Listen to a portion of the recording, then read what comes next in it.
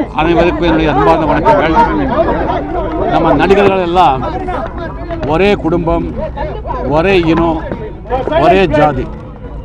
நமக்குள்ள என்றைக்குமே எப்பவுமே ஒற்றுமை இருக்கணும். இப்போ சமீப காலத்தில் சில வாக்விவாதங்கள் நடந்துட்டன. அது ஏதோ நடந்து விட்டது. அதுக்காக நமக்குள்ளே ஒற்றுமை இல்லை அப்படின்னு சொல்லி தயவு செஞ்சு ஊடகங்கள், மக்கள் யாருமே நினைக்கக்கூடாது. ஒரு போட்டி வந்துடுச்சு, வெரி குட். யார் ஜெயிச்சாலும் அவங்களுக்கு என்னுடைய வாழ்த்துக்கள்.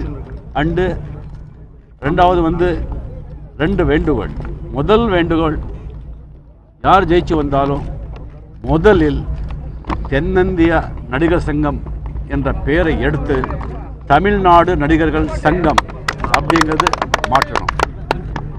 நீங்கள்லாம் டெஃபினட்டாக ஒரு 1000 தடவை யோசித்து நல்லா சிந்திச்சு வாக்குறுதிகள் கொடுத்துருப்பீங்க.